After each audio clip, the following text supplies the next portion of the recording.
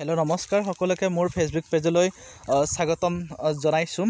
আজি যিহেতুকে আমাৰ সকলোৰে শ্ৰদ্ধাৰ গণশিল্পী ৰাজীৱ শদিয়াদাৰ আদ্যশ্ৰাদ্ধ, তেখেতৰ ঘৰত যি ধুনীয়াকৈ আদ্যশ্ৰাদ্ধ পাতিবলৈ গৈ আছে ৰাইজসকলে, শদিয়াৰ ৰাইজসকলে, টুপচিঙা গাঁৱৰ আৰু বিভিন্ন দল সংগঠন জড়িত হৈ আছে তেখেতৰ আদ্যশ্ৰাদ্ধত। মই তেখেতসকলক বহুত ধন্যবাদ জ্ঞাপন কৰিছোঁ। এজন মহান শিল্পীৰ বাবে এইখিনি কাম কৰিবলৈ গৈ আছে।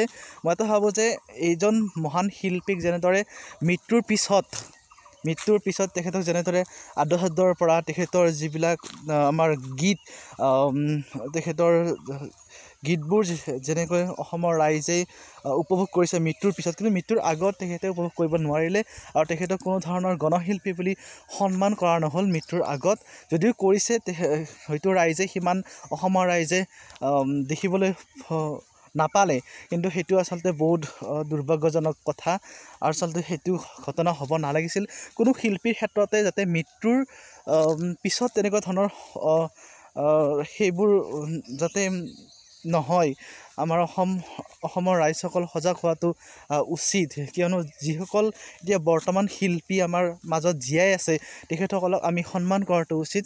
মই এইটো কথা কিয় ক'বলৈ গৈ আছোঁ আপোনালোকক যে যোৱা পাঠশালা অসম সাহিত্য সভাৰ অধিৱেশনত যেতিয়া মানস ৰবীন দাই গীত পৰিৱেশন কৰিবলৈ গৈছিল, তেতিয়াও অপমানিত হোৱা বুলি তেখেতে ফেচবুক পেজত লিখিছিল। যে তেখেতে কৈছিল যে মই গীত গাবলৈ গৈছিলোঁ এখন মহান অনুষ্ঠানত, যি আমাৰ অসমীয়া জাতিৰ হকে সেইখন অনুষ্ঠান চলি আছে, অসম সাহিত্য সভা। সেইখন সাহিত্য সভাত মই যেতিয়া গীত গাইছিলোঁ, তেতিয়া মোক পিছফালৰ পৰা এজন সদস্যই আহি কিনে কি কৰিছে যে আপুনি আৰু গীত পৰিৱেশন কৰিব নালাগে বুলি মোক কৈছিল। মই তেতিয়া বহুত দুখ পাইছিলোঁ। এনেকৈ কিয় পোষ্ট লিখিব লগা হ'ল গীত গাই অহাৰ পিছত? আচলতে সেইটো বহুত দুৰ্ভাগ্যজনক কথা। মই এইটো কোৱা নাই যে অসম সাহিত্য সভা পাঠশালাৰ হৈ যোৱা যে বিফলতাৰে হৈ গ'ল, সেইটো নহয়, যে সফলতাৰে সম্পন্ন হৈ গ'ল।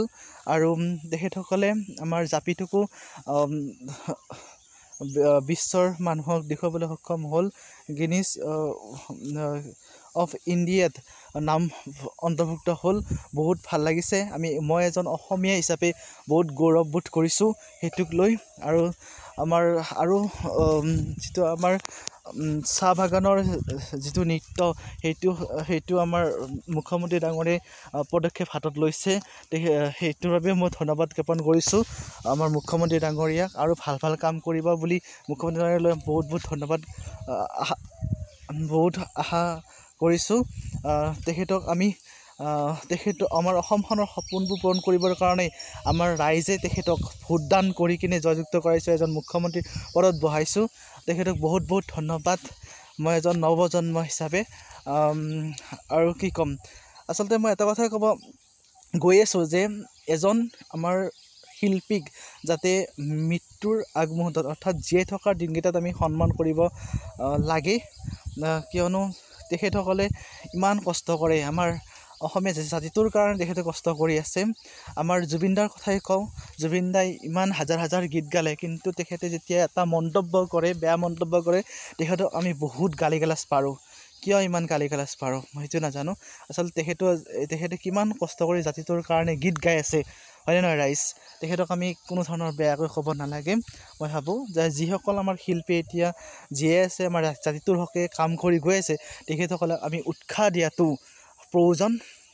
কাৰণ তেখেতসকলৰ বাবে আমি বা কিছুমান দুখতে হওক বা সুখতে হওক, সেই গীতবোৰ শুনি কিনে আমি মনটো পাতল কৰি ৰাখোঁ, হয়নে নহয় ৰাইজ? হয়নে? আৰু কি ক'ম শেষত গৈ যে আমি গণশিল্পী ৰাজীৱ শদিয়াদালৈ পুনৰবাৰ শ্ৰদ্ধা নিবেদিছোঁ। ইয়াৰ পৰা সকলোকে নমস্কাৰ জনাই পুনৰবাৰ মই ভিডিঅ'টো সামৰিবলৈ ওলাইছোঁ। জয় আই অসম।